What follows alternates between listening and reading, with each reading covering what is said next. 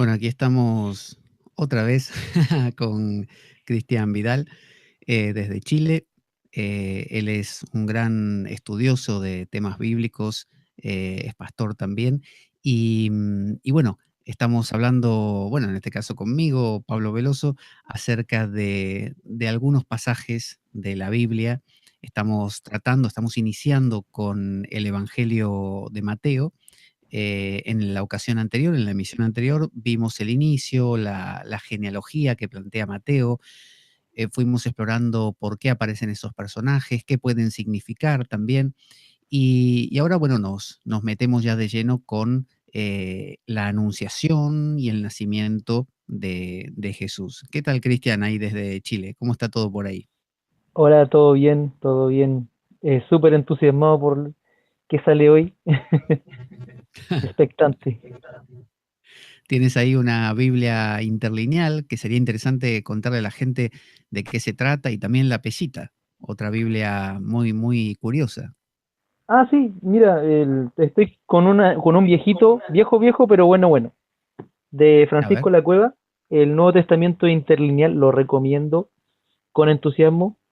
Para quien quiera adentrarse en esto del análisis morfolingüístico, pero de repente también para aclarar bastantes dudas. Yo lo utilizo bastante porque más que nada no es que no haya estudiado griego, lo estudiamos en el seminario bastante y es una ayuda para cuando uno está, porque el análisis de hacerlo duro, uno se demora bastante. De hecho, a mí cuando me claro. encargan hacer un sermón estoy como 2 semanas craneando el cerebro así para poder eh, el día domingo en 20 minutos, después de todo ese análisis, tratar de condensar es bastante injusto porque queda mucho en el tintero, pero ahí vienen las series de sermones y ahí uno la recomiendo. Esto fue hecho por Francisco La Cueva, desde ya es como del año 80, sino 70. Y ahora está el de César Vidal, que es más actual, y ese lo recomiendo con doble entusiasmo. También la Ujú. pechita, esta la tengo en Corpus, en la pechita en español. Es una traducción de los manuscritos arameos, principalmente del Nuevo Testamento. Porque el Antiguo Testamento se conservó en la Septuaginta en griego y también en hebreo por los textos que conservaron los masoretas, pero hay porciones que están en arameo que la Pechita le hace bastante justicia, como el tema de Daniel. Daniel Sí. tiene porciones que son medias deuterocanónicas que desde el arameo se traducen bastante bien. Es un recurso. O sea, Cristian, que un estudioso serio de estos temas no se contenta simplemente con tener Biblia en mano en una de sus versiones, sino que busca tener varias versiones para poder ir constatando y, bueno, haciendo un paralelo, contrastando una con otra, también algún diccionario bíblico, también una interlineal si es posible, Exacto. algún comentario, también libros de comentarios, de todo. Mire, los comentarios, ojalá utilizarlos como el último recurso, porque cuando uno se acerca al texto, lo más importante es que nace de esta lucha que hacemos nosotros Claro. con el texto. Y después al final uno consulta a los padres de la iglesia, que son una buena fuente de conseguir libritos sobre los padres, comentarios de los padres, muy buenos. Pero sí, hay comentarios bastante buenos. Por decir, el más popular entre el mundo evangélico y más puritano es el Matthew Henry. Pero hay que entender que Spurgeon, que fue un predicador del año, de hace muchos años atrás, el príncipe de los predicadores, ya usaba a Matthew Henry. Entonces, desde esa época hasta ahora, la ciencia bíblica han avanzado un montón. Hay un comentario bastante bueno católico que se llama San Jerónimo, que está en 5 tomos, y está en PDF también ahí, si se lo puede comprar o descargar de la página oficial. Muy bueno. Muy bien, muy bien. Así que lo que tenemos hoy por delante es Mateo. Aquí yo lo tengo en la versión también pellita para no ser, no descompaginar con lo que vas leyendo. Yo lo tengo en el móvil, en una aplicación muy útil que recomiendo, que es eSword, una E-espada, Sword en inglés, que es una aplicación gratuita que permite tener cantidades de versiones de la Biblia, hasta comentarios de esto que hablábamos, diccionarios bíblicos, de todo. Es Así tremendo. que es buena, sí, sí. Así que estábamos, ¿dónde estábamos? Versículo, ¿En qué verso? capítulo 1, verso 18. Creo que por ahí podemos partir. 18. Sí, Ah, verso 18. ¿quieres leerlo? eh, Como quieras, léelo tú si quieres, ya está. Bueno, dice, el nacimiento de Jesucristo fue así.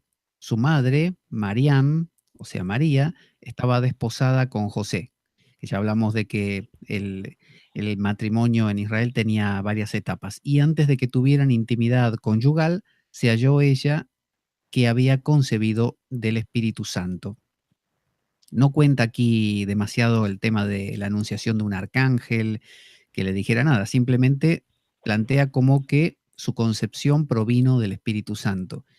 Uno Exacto. puede concebir del Espíritu Santo, podríamos decir, en la vida cotidiana. Uno podría recibir a veces lo que se llama una intuición, una percepción de algo desde una dimensión más profunda de nuestro propio ser o de la trascendencia, y lo podemos llamar así, una inspiración del Espíritu Santo, una anunciación del Espíritu Santo. ¿Tú qué crees, Cristian? Mira, te cuento, cuando nosotros estábamos en el Instituto Bíblico, Ujú. estábamos en la clase en teología ya dogmática, y entramos en el área del Espíritu Santo, en el estudio de este tema. El profesor llegó con unas proyecciones y empezó a mostrar cuadros de Dalí.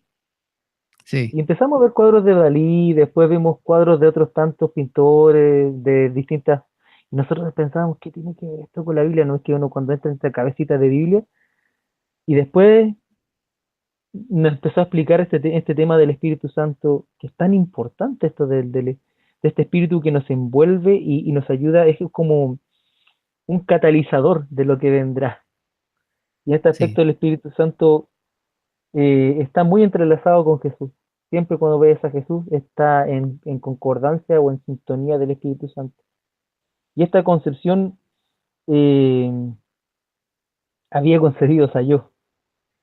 Ahora la pregunta fue, ¿cómo? Porque ya podemos creer por fe que fue engendrado y todo esto por el Espíritu Santo, pero a mí personalmente nunca me ofendió la idea de que inspirada por el Espíritu Santo, María haya conocido, esa es la palabra bíblica para tener relaciones sexuales, conocer, ujú, a su marido sin ningún drama. Ahora, sea como haya sido, fue lo importante es que fue concebido por este Espíritu de Dios, esta persona que decimos de los trinitarios de la Trinidad. Aunque sí. ahora ya no se habla tanto de la Trinidad, ahora se piensa más en una triunidad, como un algo entretejido, entrelazado, que de alguna manera tratamos de explicarlo como tres, uno y todo ese tema. Eh, Ahora, tenemos que entender una cosa, que desde que comenzamos, desde el capítulo anterior hasta ahora, que hay que dejar en claro, Mateo se esfuerza por legitimar bastante el mesianismo de Cristo, o sea, de Jesús. Sí. Trata de darle, ¿cachai? Una genealogía, parte por una genealogía para legitimar este asunto de la descendencia davídica por parte de la madre y también por el padre en otros textos. Eh, pero este era padre, obviamente, es político. Y en este aspecto trata de explicar, Mateo, que este nacimiento viene por una cosa sobrenatural y este relato igual se repite mucho en el inconsciente colectivo de las culturas. Como que Claro, alguien claro. es, y en el fondo algunos comentaristas hablan de que lo único que explica este versículo es que es alguien especial. Mm. Venía concebido por alguien especial, nada más, o sea, no quiero ahondar en más en lo moral o en lo que ya se sabe, sino que para mí, es que haya sido engendrado por el Espíritu Santo, es importante en tanto explica que esta persona que venía era especial. Y de alguna manera le explicaba, no, eso, no quiero más. Pero ahí, Cristian, tú cuando dices ¿Eh? que Mateo se esforzaba o se esfuerza por legitimarle el mesianismo, de Jesús, de la persona, como diciendo, no es una persona común, es alguien extraordinario, extraordinario, tú dices su dimensión sobrenatural. Normalmente cuando uno dice sobrenatural, la gente piensa en fantasmas, en psicofonías y todo eso, Ah, cuando en claro, realidad eso sería más preternatural. En realidad lo sobrenatural es lo divino, lo de Dios, ¿no? Preternatural es en la dimensión de los ángeles y quizá ahí de apariciones y cosas así. Entonces, claro. yo- También, sí, di tú si te ¿qué estás decías? escuchando. No, también la palabra que se utiliza mucho en teología es el tema de lo sutil, el mundo de lo sutil. Me gusta más Para, de- para hablar de lo para sobrenatural. vale. Bueno, entonces yo lo que siento con este verso que estamos tratando, este versículo, es que también habla de nosotros. Habla de que así como dice Jesús no era un personaje común, una persona común, un judío más, sino que era alguien que estaba inmerso en la historia de Israel, en este caso, como hijo del hijo del hijo del hijo, como que un linaje profundísimo, Claro, y a la vez concebido por el Espíritu Santo, como diciendo, todavía aún en la concepción, cuando ya nace nace, pero de una manera que casi viene del cielo. Yo siento que este verso está hablando también de cada uno de nosotros. Yo creo que es como una invitación a abrirse a una dimensión más profunda y decir, no, yo no nací de carne y sangre, no soy una persona que aparecía ayer en esta tierra, soy una persona que tiene historia y que soy anunciado por el Espíritu Santo. Es decir, tú dices, ¿le creerán? ¿No le creerán? ¿Cómo creer que realmente es así? Eh, Quizás se trata de eso. Si yo miro mi vida, voy a ver una dimensión desde lo racional de que, bueno, provengo de un espermatozoide y un óvulo, una concepción y una limitada familia. Sin embargo, puedo empezar a participar, como decíamos la otra vez, de una familia más grande, que es la familia de la historia de la humanidad, y darme cuenta que tengo una dimensión espiritual, del Espíritu Santo, ¿no? Esa cosa oscura que es el Espíritu Santo, que no se sabe bien qué es. Tú decías el otro día que hasta se piensa que puede ser femenino, ¿no? La Shekinah, ¿no? El Espíritu Santo. Bueno, ese me está diciendo, oye, naciste en realidad virginalmente. Tu ser más interno, tu núcleo, es eso. ¿Puede ir por ese lado también? claro que sí, claro que sí. O sea, toda de partida, una de las explicaciones del don de la fe es el tema que es un don que viene del Espíritu Santo. Por Mm, eso algunas comunidades cristianas no se esfuerzan mucho en hacer proselitismo porque hemos llegado a entender que si bien estamos abiertos a acoger a quien tenga inquietudes espirituales con respecto al cristianismo, es un don que se da por medio del que se genera por medio del Espíritu Santo en las personas. El Espíritu Santo es esa fuerza también ese espíritu que nos guía y nos lleva hacia lugares que de alguna u otra manera no hubiéramos llegado. A mí me gusta pensar que en el fondo, como decía cierto maestro, el tema de en el momento que somos concebidos por Dios, también somos parte de su carne, de su sangre y de su espíritu. O sea, este espíritu se insufla en nosotros desde que nacemos. mm. También va bueno, eso. No quiero irme por otro lado, hoy día quiero concentrarme porque, como te das cuenta, soy muy disperso. No quiero... No, por favor. A mí me parece que esto del Espíritu Santo es fantástico, porque uno tiene la idea del Padre. El Padre, bueno, un señor de barba ahí en el cielo, o la paternidad, o la autoridad, o por lo menos la fuente. Después dice el Hijo, bueno, el Hijo es Jesús, es aquel que camina por la tierra, es cada uno de nosotros también, somos el Hijo de, pero el Espíritu Santo es algo como raro, porque ¿qué es? ¿Una paloma? ¿Es femenino? ¿Dónde está? Después aparecen estos carismas de hablar en lenguas, el Pentecostés que desciende el Espíritu Santo. Es como una especie de magia que está dormida en el interior de las personas y que puede despertarse o no. Quizá esa concepción virginal no sea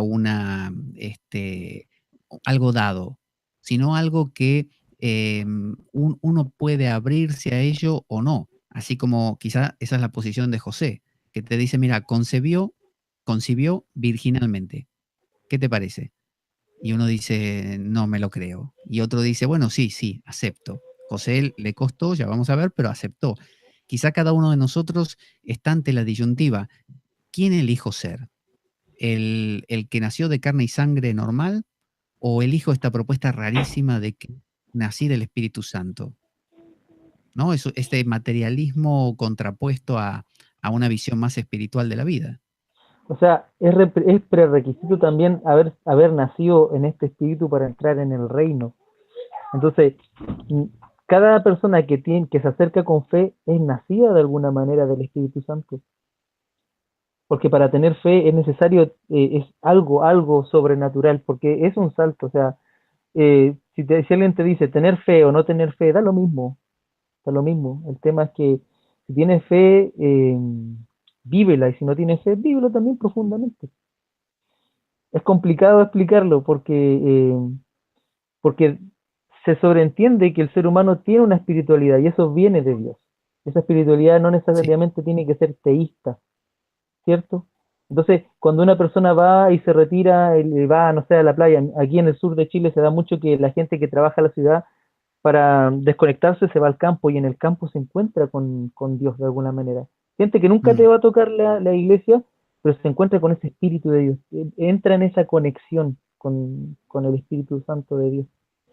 Eh, bueno, ¿sabes por qué está tan oscuro? Porque fue de todas las doctrinas que se fueron estableciendo a través del tiempo en la historia de la teología, fue la última, y de hecho la menos explorada porque siempre, las primeras guerras, las primeras escisiones del cristianismo vinieron por el tema del Padre y del Hijo, la que se le llamó después las famosas herejías y todo esto, Sí.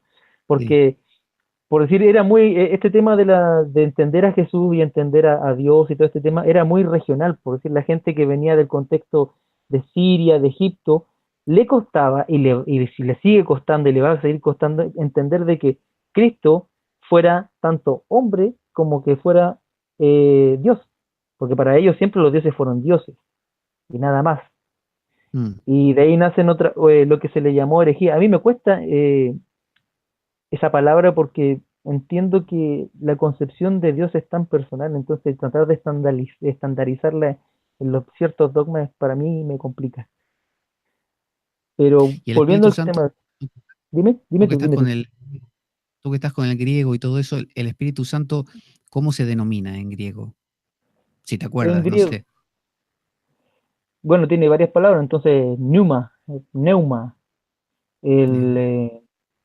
¿cachai? Vamos a ver, me voy a ir al, voy a hacer, Tú sabes que dentro de la escuela gnóstica cristiana, personajes como Valentín, Teodoto, Heracleón, hablaban de los neumáticos, los espirituales, como claro, la etapa o la jerarquía superior, los elegidos, ¿no? por Dios.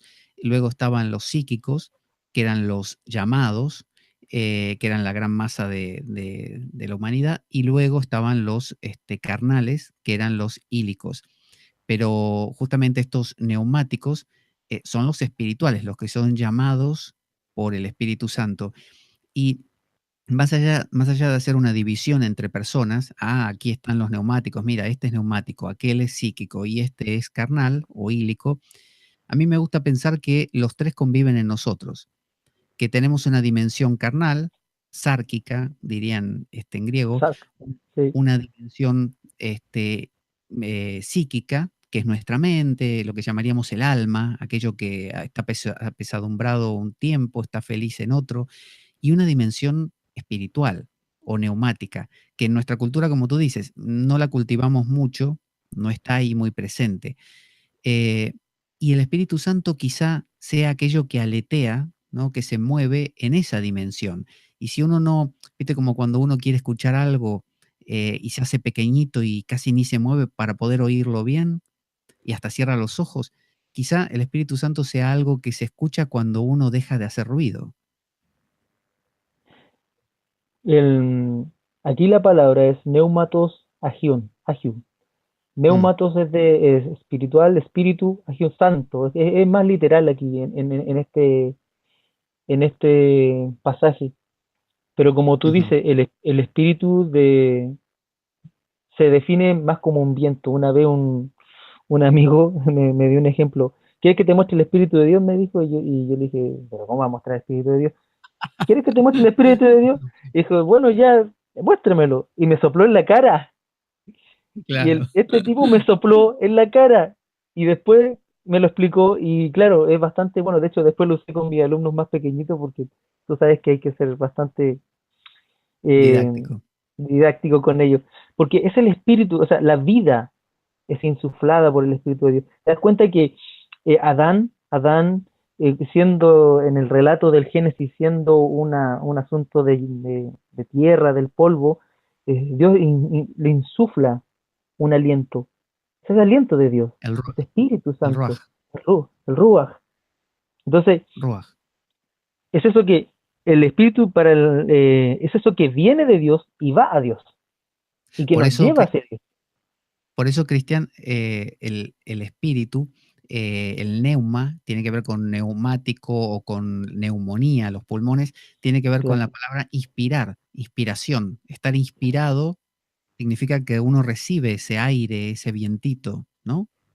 claro, claro. Una persona inspirada es capaz es como la película V de Vendetta, es como las ideas son una prueba de balas.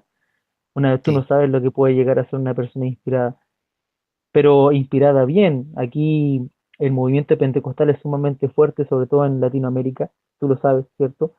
Y para las iglesias que venían de una estructura totalmente histórica, qué sé yo, tradicional, eso fue como más que cambiarlo todo, aunque en algunos casos se lo cambió, fue movilizar, fue darle vida a un cuerpo que estaba muerto. También mm, es como eso que se relata en Ezequiel del Valle de los Huesos Secos. sí, sí. Algunos, no teólogos, sino que pastores pentecostales dan esa explicación, que el Espíritu Santo viene a hacer eso, viene a ser ese aliento de vida que nos mueve, que nos inspira. Para, Por eso es revolucionario. Como tú dices de la película V o B, según el país, de Vendetta, aquí en España la B corta se dice V, claro, y le dice V de Vendetta, y ¿a qué iba? Bueno, que el Espíritu Santo es revolucionario y es en última instancia casi herético. Decía Antonio Oliver Montserrat que por eso la Iglesia Católica recortó bastante el tema del Espíritu Santo porque las iglesias evangélicas, como tú bien dices, daban la posibilidad de que el Espíritu Santo se manifestara como quisiera, las pentecostales sobre todo, pero eso puede causar que uno haga una cosa y otra congregación otra totalmente distinta y se pierde la homogeneidad. Quizá claro, María en este pasaje estaba siendo sumamente revolucionaria, porque, no sé, se me ocurre a mí, tú me dirás, que una mujer, ¿no? Mujer sobre todo, ¿no? En una cultura patriarcal, sea la que reciba esa inspiración, casi como las pitonisas del oráculo de Delfos o las vacantes de Dionisos. Es algo quizá más en la cultura judaica prioritario de los hombres, como el sumo sacerdote y demás, y no de la mujer, que la mujer sea la que reciba la primera indicio de que va a recibir a un ser divino, al Hijo de Dios, encima el Hijo de Dios, en términos judíos, eso es algo herético. Pero bueno, en claro. ese momento no le dijo el Hijo de Dios, sino simplemente le dijo Emanuel, le dijo Jesús, ¿no? Dios salva, como el Mesías. Pero sin embargo, bueno, que la mujer lo recibiera y no José, por ejemplo. Bueno, en el tema a ver, son varios temas. A ver, al texto. Ser hijo de Dios, todos somos hijos de Dios. Y Mm, o sea, todos somos hijos de Dios, carne de su carne, como dice Antonio Nivel Monserrat, mm, sangre de su sangre. Y yo eso me lo creo. Pero aquí era necesario que el Mesías viniera inspirado por el Espíritu de Dios porque dice las profecías mesiánicas, que ahora no me acuerdo bien, me falla la memoria, que él vendrá inspirado por el Espíritu de Dios. Y aquí también Mateo sigue esforzándose en decirnos, oye viejo, este Jesús persona especial y concebido por el Espíritu Santo, inspirado por el Espíritu de Dios, porque te tienes que dar cuenta que en el tiempo el Ruach, el Ruach HaKodesh no lo tenía cualquiera, y que en Mm, aquí voy a lo herético, justamente es herético, porque un espíritu que solamente se manifiesta en los profetas, en ciertos regentes, por ciertos periodos muy cortos de tiempo, viene en Jesús y de Jesús hacia nosotros como algo permanente, como un estado, cuando para la mentalidad judaica del momento era algo sumamente especial y para gente muy especial. claro. Incluso eh, de hecho yo viví allá en Barrio 11 cuando vivíamos en Buenos Aires, estuvimos cerca de una sinagoga de Chabad, Lubavitch, de estos movimientos hasídicos, Ah, y sí. estábamos al lado y cuando era viernes en la tarde escuchábamos todo ese jolgorio de alegría. Yo le decía a mi señora, oye, es que aquí estos tipos están poseídos por el Espíritu de Dios. Me encanta esa vertiente del judaísmo, de la alegría. De punto de vista histórico en el cristianismo, de hecho, confirmando lo que dice acerca de la herejía, la mayoría de los movimientos que se consideran heréticos, tanto para los protestantes como para los católicos, fueron inspirados por el Espíritu Santo. Tanto los cátaros, no sé si te acuerdas de los cátaros. Los Sí, sí, cátaros cómo hablaban no. mucho del Espíritu de Dios. Y de hecho, mucho antes atrás, las comunidades de Qumran también hablan del Mm, Espíritu de Dios. Y después, bueno, en el lado ya más evangélico protestante, no solamente los pentecostales, aunque se han hecho como relato hegemónico para ellos, esto del Espíritu Santo, y lo han repetido tanto que a veces pierde el sentido, en los movimientos como los anabautistas del siglo sí. XVI, también había una apropiación del tema del Espíritu de Dios por medio de la escritura. Para ellos estaba más ligada a la lectura de la escritura y la vida en comunidad con este tema del Espíritu Santo. También, También, también Cristian, dime tú, ¿sí? están dentro del catolicismo están las beguinas, famosas beguinas y vegardos, que fue un movimiento que estuvo en los Países Bajos, creo que fue Bélgica, y que estaba muy vinculado con personajes como Meister Eckhart, este gran maestro dominico, que hablaba mucho en términos que hoy llamaríamos no dualidad. Y ellas eran mujeres que no estaban casadas, algunas eran viudas, otras todavía no se habían casado, y formaban parte de comunidades llamadas las beguinas, luego se sumaron algunos hombres, los vegardos, le Ujú. llamaban a Dios amor y le hablaban como si fuera la poesía cortés del caballero y la doncella. Bueno, ellas le hablaban a Dios como el amor, así, y le escribían poesías. Conclusión, la iglesia les dio dos opciones, o se volvían carmelitas para entrar en alguna orden, porque no tenían orden de pertenencia. De hecho, cuando se cansaban de estar o sentían que ya no era momento, entraban en la vida secular, se casaban, por ejemplo. Entonces, o se hacían carmelitas o las quemaban en la hoguera. De hecho, Margarita Porete, que escribió un libro llamado Espejo de las Almas Simples, que es todo poético, ella murió en la hoguera y tantas otras beguinas. Y de hecho también los escritos de algunas de ellas sobrevivieron enmascarados en escritos, por ejemplo, de Meister Eckhart y otros más. De manera que si estaban escritos por hombres, pasaban todavía más, porque el tema de que fueran mujeres era peor. Claro, ¿Cómo una mujer iba a hacer todo esto? Yo mira, quería hacer una disquisición, si me permites, dime, de lo que veníamos hablando de este verso, llevándolo un poco al terreno de la psicología junguiana, a riesgo de sonar herético, ¿eh? Espero que permitas esta disquisición. ah, tranquilo, tranquilo. Cuando tú dices que Mateo se esfuerza por demostrar que Jesús es un personaje mítico, como tú dijiste, en otras mitologías o en otras circunstancias en el mundo, tradiciones, está la misma figura del héroe que encarna para salvar al mundo o el héroe que cumple alguna función, como Joseph Campbell también describía el viaje del héroe y todo eso, ¿no? Entonces, Jesús cumple con muchos de esos parámetros porque quizá van con el ser humano, es una intuición fundamental. Y el mito, si así lo podemos llamar, de Jesús encarna esto. Pero, y bueno, y el nacimiento virginal que tiene que ver con una pureza en esa esencia pura. yo creo que eso se vincula con lo arquetipal. Y Jesús durante toda su vida vivió un arquetipo, que es el arquetipo del Mesías. En lugar Se de decir, apropió del arquetipo. claro, en lugar de decir yo soy Jesús y soy un carpintero, hijo de José, y hago mesas, dijo, no, no, no, yo voy a entrar en el mundo espiritual, voy a entrar en la dimensión de la que hablaban los profetas, quiero entrar en el mundo que describe la Biblia.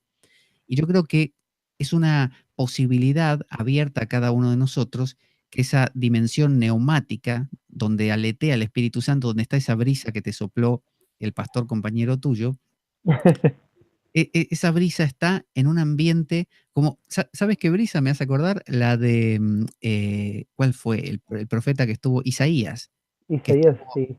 que cuando se fue ahí a la montaña, que hubo trueno, que hubo tormenta, que no sé qué, y después Dios finalmente vino como una brisa. Y eso es maravilloso, como una brisa.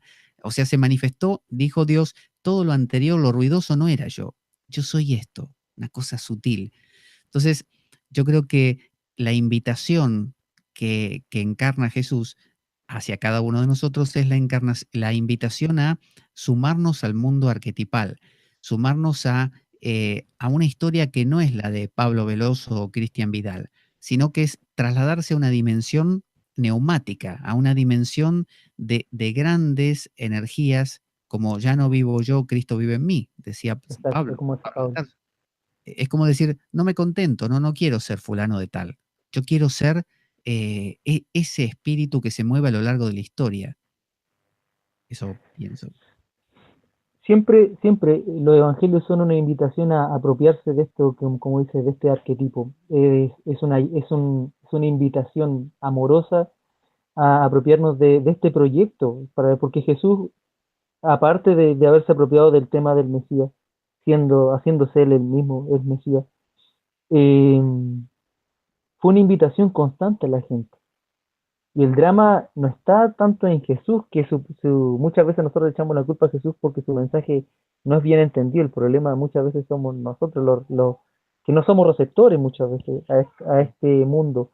Porque es un mundo que la oficialidad lo ha puesto tan lejano de nosotros, el mundo de lo sutil, cuando en realidad está entre nosotros. O sea, cuando el texto dice en griego que el reino de Dios se ha acercado, está hablando de que el reino de Dios está aquí, en nosotros. Mm, Y ese proyecto de Dios es todo un paquete, es todo un combo, como dicen los colombianos, es un combo, sí. Espíritu Santo, Dios, proyecto y todo esto.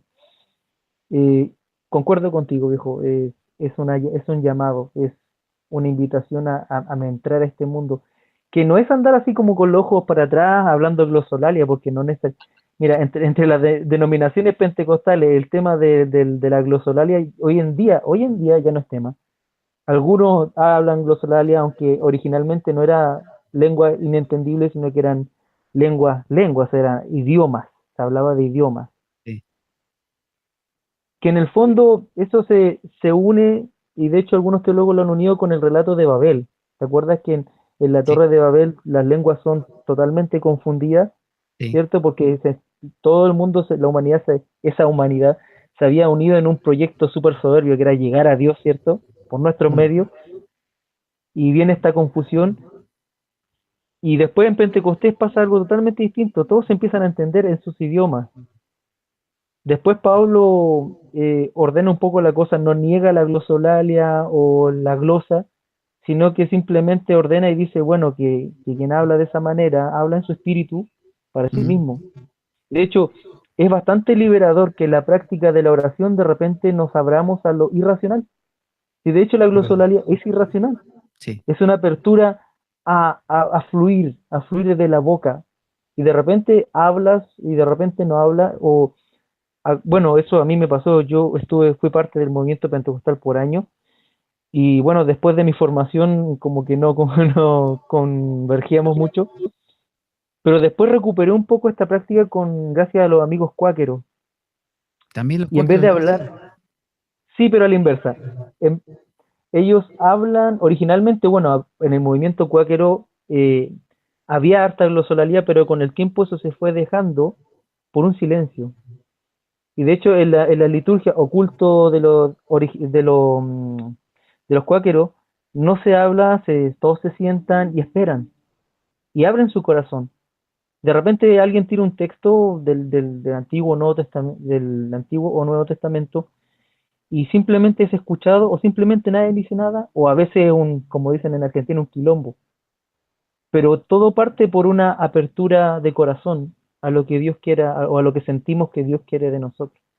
Tú dices que la glosolalia o el hablar en lenguas, para que muchos lo entiendan también, de los cuáqueros consiste en quedarse abiertos, en silencio, y si de repente sienten que Dios les dice decí tal o di tal verso, lo dicen, o decí tal frase que no esté en la Biblia también, la dicen. ¿Eso es lo que hacen? O sea, más que tener glosolalia, que yo te hablo de la glosolalia fue en un comienzo del movimiento cuáquero, más que nada es una apertura. Ellos entienden, entienden que hay una luz interior que Dios pone en todas las almas humanas. Mm, Yo hago el símil con el Espíritu Santo y ellos le hacen mucho caso a la luz interior, busca la luz interior, que la luz interior hable, que Dios dentro de él, que ellos se abren como una caja de resonancia y esperan que esa caja de resonancia comience a ser, con la vibración del sí, Espíritu, comienza a ser llenada con sonido. Estoy haciendo un poco de poesía, es pero genial. siempre me pasa con el Espíritu Santo que termino hablando en poesía porque se me da así. Pero Eh, el culto cuáquero es más silente, es más de sí. apertura. Quizá el culto cuáquero se emparenta un poco con esto que estamos leyendo de Mariam, de María, que ella fue un receptáculo, fue una Exacto, cavidad, o sea, fue bien femenina, porque hoy en día sabemos que hay mujeres que son masculinas y sí, hombres que son femeninos, y no por gay, sino por naturalezas. Entonces, hay hombres demasiado viriles y que solo, viste que esta idea del hombre que penetra y claro. deja su simiente, pero no recibe, y hay mujeres que también penetran. A veces uno cuando no sabe escuchar, como tú hablas de los cuáqueros, no sabe escuchar, lo contrario a los cuáqueros, uno es masculino. En el momento en que empieza a escuchar y dice, a ver, ¿qué tiene para decirme esta persona? O bien, ¿qué tiene para decirme ese silencio que habla? ¿No? Ese silencio parlante. Hay un salmo, que ahora no me puedo acordar, que dice eso, que en el silencio a una voz me habló, una cosa por el estilo. Pero cuando hace eso uno se vuelve femenino. Quizá por eso María es la representante de esa apertura. Y es una apertura, ojo, yo voy a volver a hacer el énfasis, es una apertura desde cierta inocencia, desde abrirse desde la inocencia, porque igual por mucho tiempo, un ejemplo que lo que más me ha tocado a mí, se habló como que la lectura pentecostal de los textos y del Evangelio era como una lectura demasiado como niño, así como muy, muy por encima, cuando en el fondo muchos de los pentecostales que me tocó conocer a mí eran Mm. personas muy profundas y se abrían también a darle otras lecturas al texto. De hecho, eso tú me decías hace una semana del sermón pentecostal que bastante que se abre la alegorización. Y Sí, la alegorización es una apertura espiritual también. claro. Ahora, María es eso, es apertura, es acogida, es eso cóncavo que acoge, en este caso, el Espíritu de Dios. Sin ella, viejo, sin ella no tenemos todo lo demás. Pero ahí hay una Eh, cuestión, Cristian, importante que me parece que sería interesante desarrollar. Hace un rato tú dijiste que hay gente que con su inocencia, no sé, va a una montaña y tiene una apertura a ese Espíritu Santo sin nombrarlo así, y teniendo un contacto con ese nivel, esa dimensión más profunda. María hizo exactamente esto, tuvo una apertura, una recepción, luego tuvo hasta una gestación de eso en su vida. Yo pregunto esto, es importante lo previo, el contexto, la tradición en que está inmersa la experiencia, porque si yo soy una persona que me educaron en el capitalismo neoliberal y vivo en un consumismo desaforado, y de repente un día voy a la montaña y voy con gente y de repente camino solo un rato entre el bosque y tengo una experiencia de totalidad. Pero claro, después regreso y no sé ni siquiera cómo traducirla, cómo incorporarla o asimilarla a mi vida, y quizás hasta se pierde.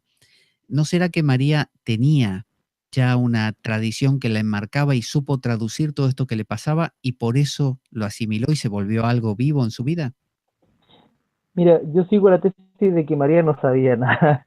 Ah, Era va. una niña hebrea en un contexto de mucha ignorancia, donde las devociones populares, yo pienso que en ese aspecto María era más influida por la devoción popular, y Mm, parte de la devoción popular era el Mesías, era el tema del Mesías.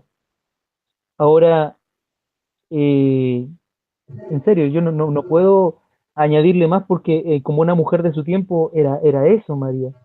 Sin embargo, está esa apertura. Y de esa apertura, ahora, el contexto no implica, de hecho, es reconocido que el tema del Espíritu Santo, la espiritualidad, se da en muchas culturas y no necesariamente cristianas. De hecho, una vez por ahí supe del tema del Kundalini Yoga que ellos, y mm. vi algunas manifestaciones de Kundalini Yoga y eran muy parecidas a manifestaciones pentecostales de culto evangélico. Pero Había, cuando digo el contexto, no me refiero nada más al contexto cristiano. Lo que quiero decir es que cualquier contexto, el de la tradición hindú, de la tradición budista, de la tradición islámica, cristiana o judía, u otras, son las que luego dan a esa experiencia un sentido y permiten ser aprovechadas o asimiladas y traducidas. Yo pregunto, la persona que no tiene ninguna de estas tradiciones, por eso yo decía, alguien que vive en el capitalismo neoliberal, como cualquiera de ya. nosotros, pero que no tiene ninguna explicación metafísica, ¿no? Nada más profundo. ¿Qué pasa con esa experiencia? ¿Es igual a la de la sencilla Virgen María o no? Mm, es igual y no es igual. Es igual del punto de vista de que todos somos espirituales. Mm, Y no es igual por el punto de vista, como tú dices, del contexto y de toda esa cultura y de toda esa expectativa que había en el contexto de María. Sin embargo, no, yo pienso que si, ya siéndote sincero, pienso que es igual. Que el Espíritu Santo no se mueve por nosotros, se mueve a pesar de nosotros, mm. muchas veces. Entonces, me pasa mucho con los milagreros acá, con los taumaturgos evangélicos que tengo acá, y muchos me preguntan, pero este le hizo que le creciera un brazo a un tipo, o este, La vi- sí, o que caiga de lluvia. Aquí hay tipos que hacen llover oro, tenemos de todo, mira, tenemos gente que lo vi hace llover también. oro, así que tapadura, pues, tapaduras, te aparecen tapaduras de todo. Sí, sí, sí. Ahora, ¿será eso verdad o no? No lo sé, pero sé qué pasa. Ahora, ¿lo voy a negar? No. Ahora, que una persona que tenga cierto contexto y le pasen esas cosas significa que tiene una predisposición, pero aunque tenga esa predisposición espiritual, si no tiene la apertura de seguir el camino, por eso este es un camino, difícilmente podrá llegar a profundizar con esa experiencia. A eso voy. Está bien, eso es lo que Porque pregunto. tu contexto es el que te ayuda a profundizar, pues. Claro. Si tú eres judío, tu judaísmo te ayuda a ahondar en una experiencia inicial que pueda pasar. A mí me Mm, pasó.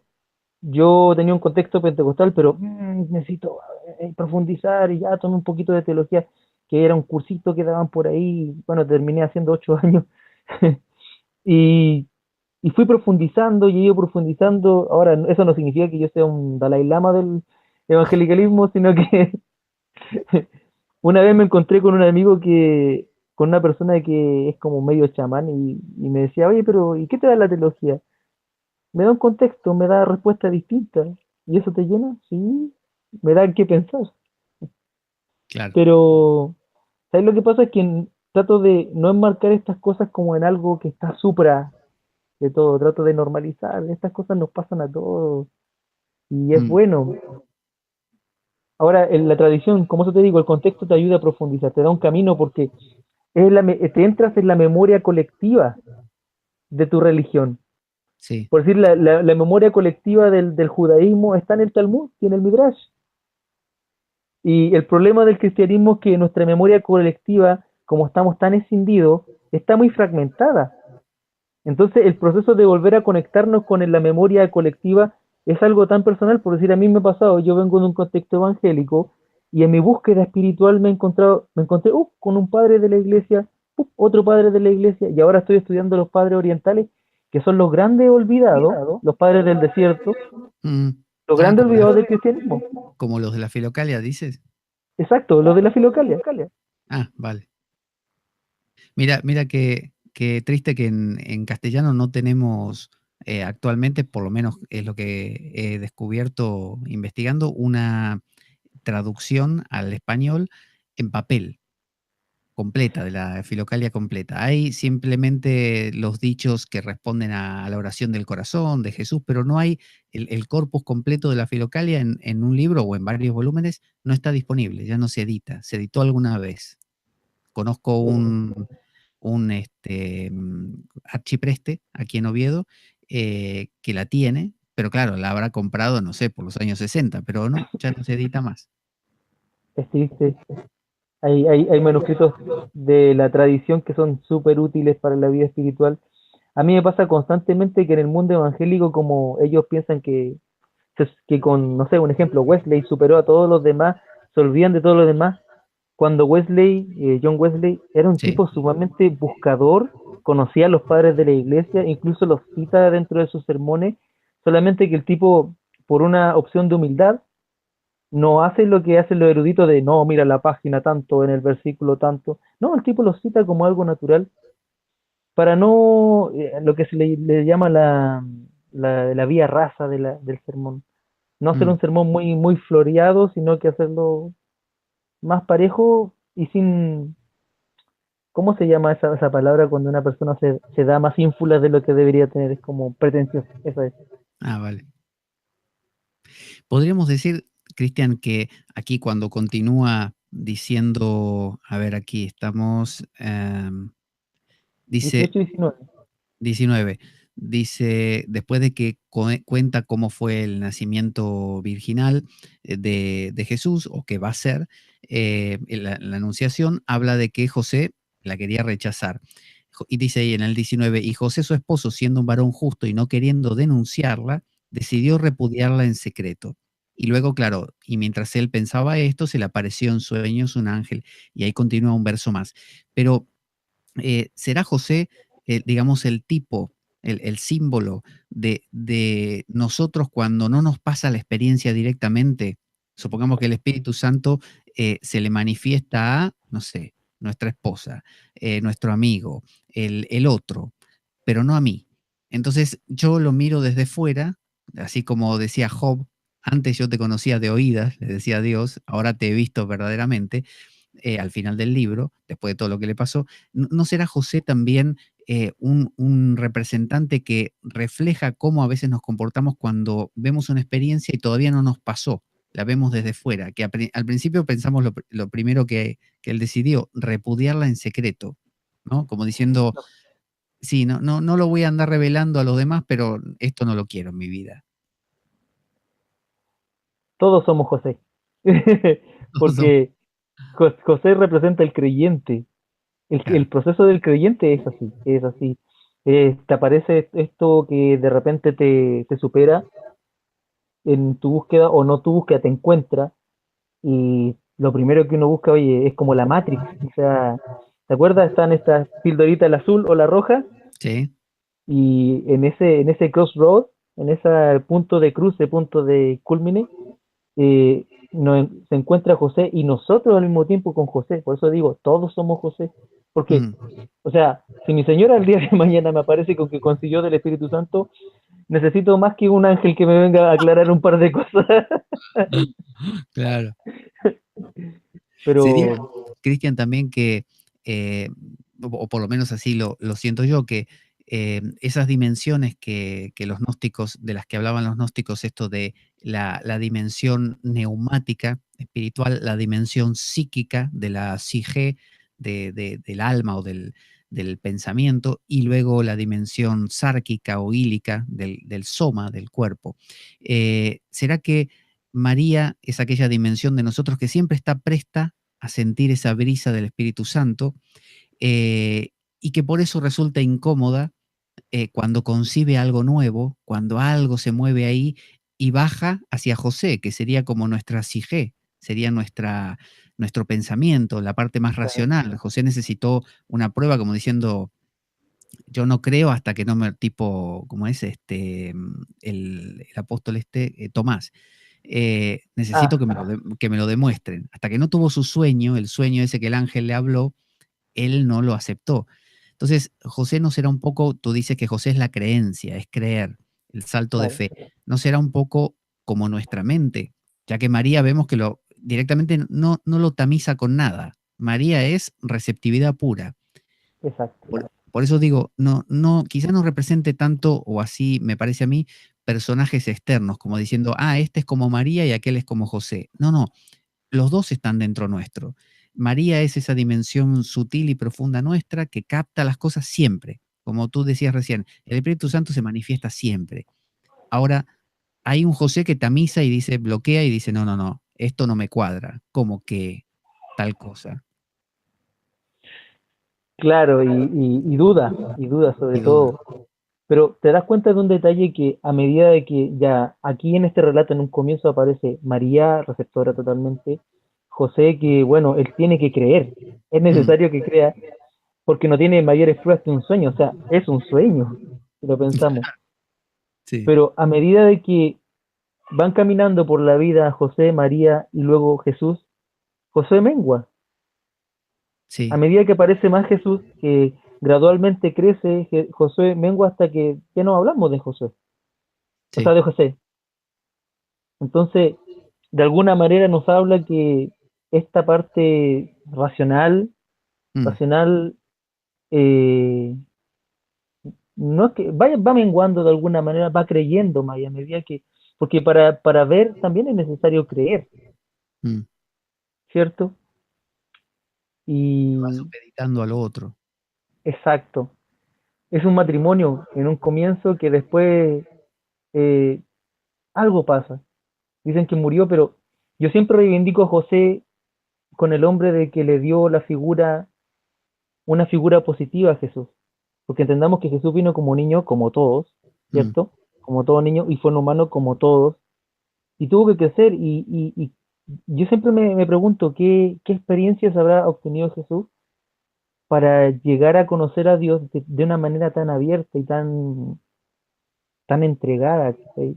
Porque si no hay un padre detrás, una figura paterna y materna que te vayan guiando, es muy difícil tener una imagen correcta de Dios. claro. De hecho, muchas personas que tienen conflictos personales de hecho, ahora que está lleno de ese tipo de familias quebradas, con problemas, qué sé yo, tiene muchos problemas con Dios, porque es padre. De hecho, en la misma película, el libro, hablemos del libro, la película, no es tan superior. La cabaña, ¿te acuerdas de la cabaña? No. Bueno, la cabaña, bueno, no voy a hacer spoiler, pero en la cabaña se presenta a Dios como una mujer, porque el protagonista del relato tuvo un problema con el padre, tuvo un problema fuerte con la imagen paterna lo golpeaba, lo brutalizaba, qué sé yo, hasta que, y cuando Dios se le quiere presentar en la vida, se presenta como una señora de color, ¿cierto? Una señora súper alegre, y este le pregunta, pero Dios, Mm, ¿por qué? ¿Cierto? Y no, es porque tú tienes problemas y yo quiero que me entiendas. Y ahí también me llevó a mí a cuestionarme bastantes cosas que hace tiempo que venía pensando con el tema de Dios, porque ¿y si Dios fuera mujer? ¿Qué problema con eso? Si sí. Dios no fuera una trinidad, una dualidad, y si ni siquiera fuera una unidad, y si ni siquiera fuera consciente de lo que es, ¿dejaría de ser Dios? Yo creo que no. Ujú.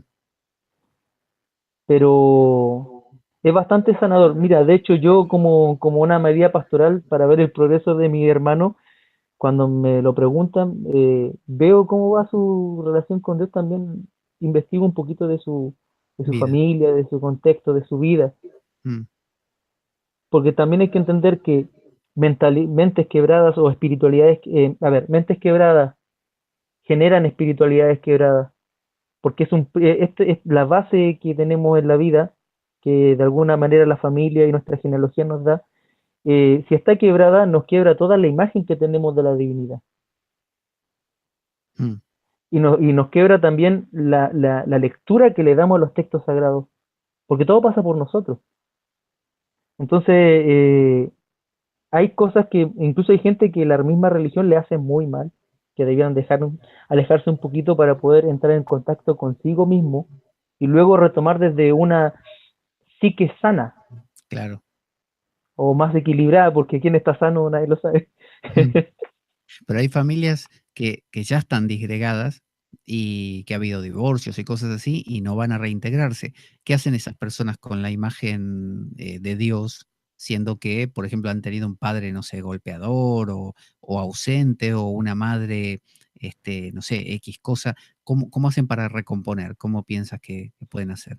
Mira, yo en el tema de la familia no voy a ser moralista, me carga eso, porque pienso que hay gente que fue, por si te faltó padre, tuviste tu abuelo, aquí se da mucho, aquí en Chile, en el Claro, sur, y tu abuelo te proveyó o tu abuela te proveyó de esa imagen. De hecho, muchos sacerdotes con el que hablo entró al camino sacerdotal por la abuela, ni siquiera por los padres.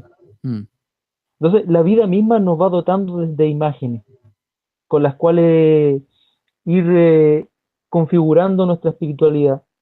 No necesariamente debe ser una espiritualidad estándar, yo salgo de eso porque eso es dañino, pero al 100%. sí. Tratar de estandarizar la espiritualidad, eso está mal de plano. Pero creo eso, no es necesario venir de una familia, padre, madre, qué sé yo, para tener una espiritualidad sana.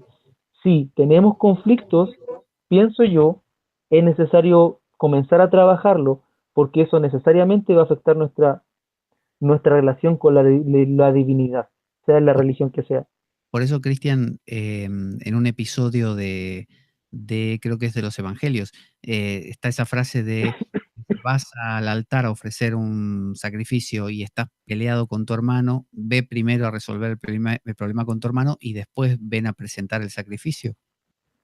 Por supuesto, porque como he venido aprendiendo con este hermano que de manera providencial me compartiste así, porque Dios comienza y termina en nosotros como comunidad. De hecho, en el anautismo hay un concepto muy, muy bonito, que ese relato, ¿te acuerdas de que los evangélicos son buenos para decir que la salvación es personal? La salvación es personal Sí, y sí, sí, cada sí, quien sabe cómo se salva. Y sí, eso no es así, es comunitaria. Dios llama a un pueblo muchas veces, la mayoría de las veces llama a un pueblo, llama a individuos, pero habla de su pueblo, habla de como sí. una gallinita con sus polluelos, ¿cierto? Mm. Entonces, eso.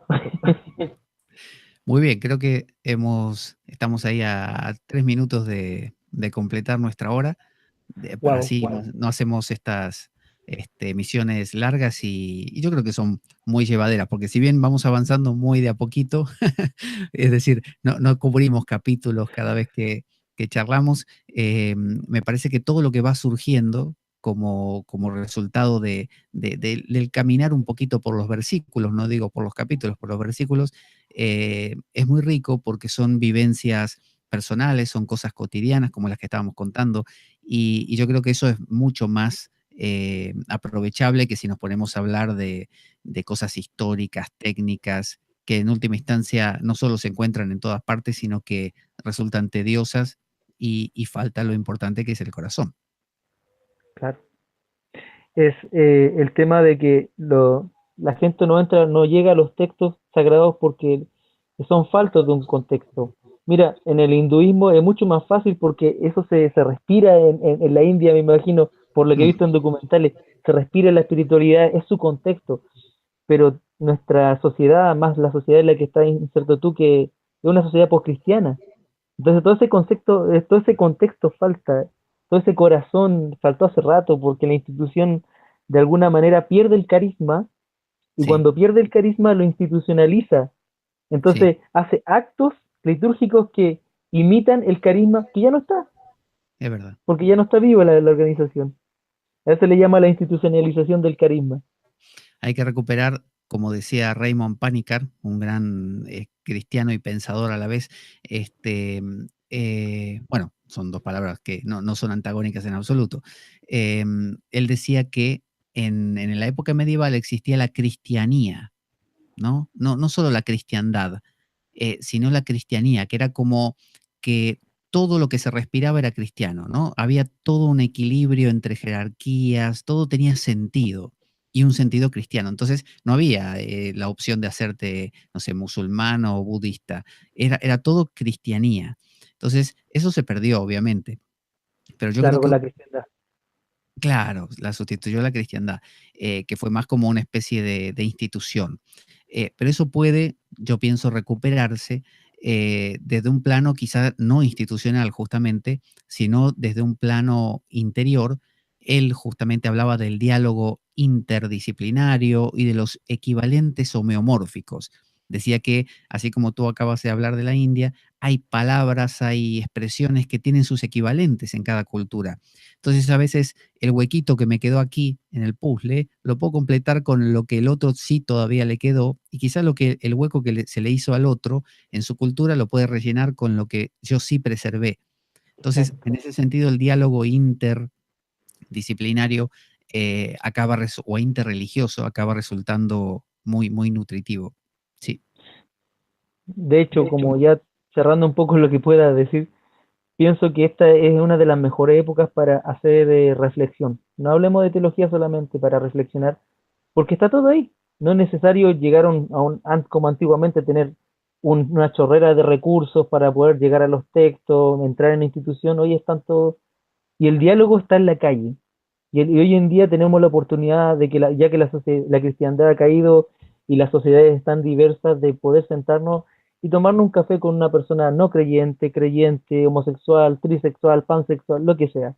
Y eso nos Pero enriquece. te digo una cosa, Cristian, que opino con respecto a eso de la abundancia de la información. Yo creo, si no, fíjate, nuestros abuelos no tenían como nosotros 80.000 libros y además internet para tener millones de libros más a disposición. Tenían 3, 5, 7, según el poder económico que tuvieran. Yo creo que con esos libros hacían magia. O sea, tenían, no sé, una Biblia, y de la Biblia sacaban, es como si exprimieran una naranja, exprimiendo lo exprimido y lo súper exprimido para sacar una gota más. Entonces, yo creo que aprovechaban mucho más que a veces hoy, que tenemos, así como hoy hablábamos, 80 versiones de la Biblia, comentarios bíblicos, diccionarios. Claro, tenemos tanto que a veces uno se marea y acaba no quedándose con lo esencial. Me ha Exacto. pasado estando en lugares como Batuecas, donde no tengo todo el acceso ni a internet ni a nada, y me encuentro con un libro delante y yo, nada más, ¿no? Además de momentos de meditación. Y ese libro que siempre era un libro entre tantos, ahora se convierte en el libro. Y de ahí tengo que sacar, ahí tengo que plasmar mi cabeza y mi corazón y sacar sentidos. Y encuentro cosas que digo, mira, esto nunca lo había visto. ¿Cómo puede ser? Entonces, a veces la abundancia, no sé si va de la mano de las posibilidades de profundizar. A veces Yo no lo tanto. veo, a mí me pasa como por lo menos mi proceso mental me da con este tema de la saturación y contracción del conocimiento. Mm, Eh, sí, es necesario de repente en el campo de estudio ponerse límites. Y esos límites, ese marco, por decir, en el marco tanto que puede ser cultural o el marco que puede ser contextual, hablemos de contextual, es el que, de hecho, de manera muy paradójica nos potencia, porque mm, menos es más, ¿cierto? Y sí, sí, yo concuerdo contigo, también es negativo esta saturación, pero y por eso es necesario los maestros. mm, Ahí viene la necesidad de quien va caminando la palabra sensei, que significa el nacido antes, ¿cierto? Es alguien que nació antes que tú, del japonés. Y esa persona es quien te guía. Y la iglesia carece de maestros. Tendrá teólogos, sí. Tendrá mm, pastores, sí. Pero el maestro de alguna manera es quien te toma de la mano y te ayuda en el proceso. Lo que me pasa mucho con tus programas sobre la meditación. Hay cosas que me habían pasado, pero como nadie me lo había explicado, como todos están muy apurados, ¿cierto? Me sí. ayudaron. Entonces, este programa ayuda un poco para dar sentido a esas cosas que de repente de tan obvias se pierde sentido. Que Por eso creo me que por parece ahí. bueno lo que estamos haciendo de ir muy poco a poco, detenernos y exprimir cada verso en todo lo que podemos encontrar, en lugar de agarrar y decir, bueno, vamos a recorrer todo un capítulo. ¿De qué habla este capítulo? Vamos al siguiente. porque eso es normalmente lo que hace uno con toda la prisa en que vive hoy en día.